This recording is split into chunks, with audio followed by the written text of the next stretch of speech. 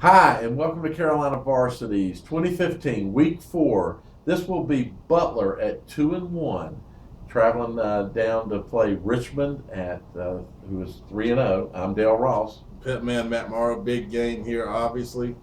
Butler's looking like a state contender once again. Key to victory for them. Richmond's running that spread option offense. Be on your keys, know your assignments, who's got who, quarterback on the read, pitch man coming around, jet sweep looks with the receivers, fakes, and all that. They have got to get into that film and study it and know who has who, because indecision will lead to touchdowns against that offense. And Butler's defense has been doing a great job all season long. This will be a good test for them going down there and seeing what they can do. For Richmond, you got to control the run game. We know Davis Cheek, quarterback, had a great game against Western Alamance, but LeMay is the one that makes that thing go on offense. And if you shut that down and force Butler to throw the ball, they want to be balanced in what they do. They don't want to lean one way or the other. But I think if you're Richmond, you got to force them to throw. Right. They've got athletes in the secondary that can match up with those guys, and I think you take your chances in stopping LeMay, keeping that Butler defense on the field, not letting them get rest because they're already strong. You need to wear them out. Right. And that spread option, if you keep them on the field, wear them down. By the fourth quarter, you'll be ready to take it over.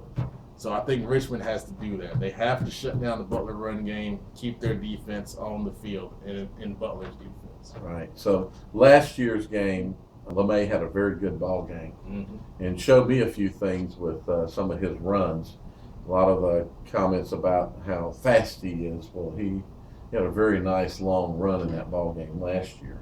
LeMay was a problem for Richmond. Of course, that game had lots of twists in it, and so it went from being what was looking to be a blowout to a very, very, very, very, very tight and interesting ball game there at the end. It was a game that was played on Saturday because of weather and such, and played at Providence High School. So this year, Richmond is always the same. So your keys are very valid, and normally, and I haven't seen Butler yet, and I should have gone to look at highlights to see, they're still running that 3-4 defense. That is a good defense to run against this kind of offense, because you need more linebacker play with the way that they spread that option out, and that option is all about speed. And of course, it's about, on the defense, huge responsibility football.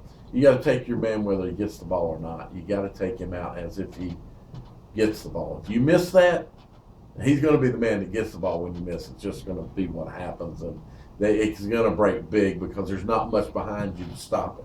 Butler, they're coming off that big win off of Western Alamance.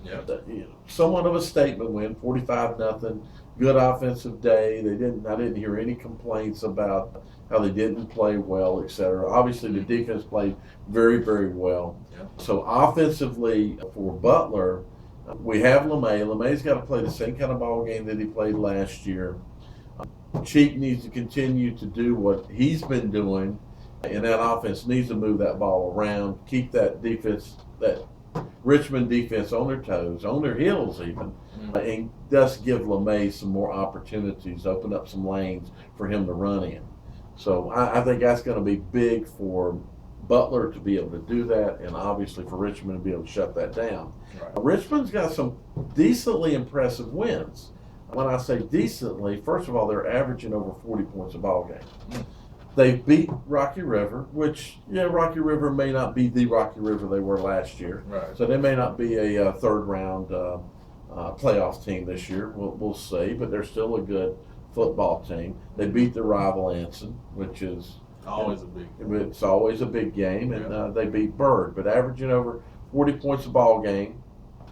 Just looking at some stats, they only had stats through 2 games.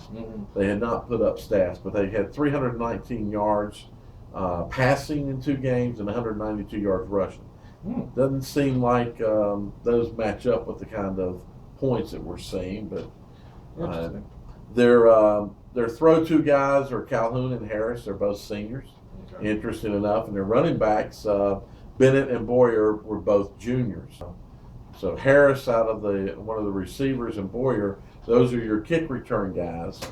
Special teams always big. Special teams is what cost that game last year. Mm-hmm. That's what turned that ball game, was Richmond's special team play. So you can't ever count out a return being big in a ball game, especially a game between powers. Right. You know, the return is a game that the weak teams ultimately maybe get a score on because they have one kid that's maybe the best athlete on the field, period, but everyone else around him is not. But he gets a little bit of space and he can make a score. Right. But normally that gets just shut down because your better teams play better special team football. So when you break one in the special team game in a game like this, it's huge. Right. Special teams play, that could be very, very big. It was last year, could be this year.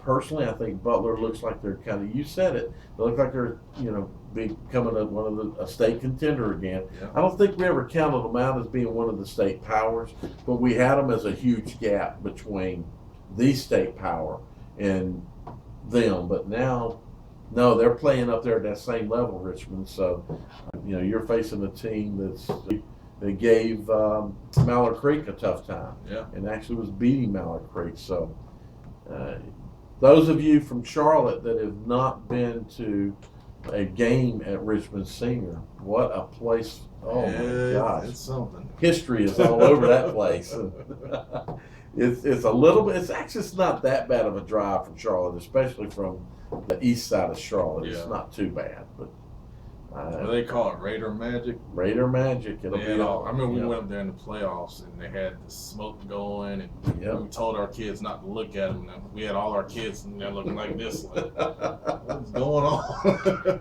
So it's something to see if you hadn't seen it. Exactly. A lot of great football players have played in that stadium. So it is a special place. If you love high school football and you've never been, you should have at least one game in that stadium. And chances of coming out of there, your team coming out with a win, are slim. They win a lot of ball games in there, but this is the kind of team that can go in there and pull a win off. Oh yeah. So, hey, good luck to both teams. I'm expecting you're going to have a fantastic ball game. All right, thanks. Have a good one.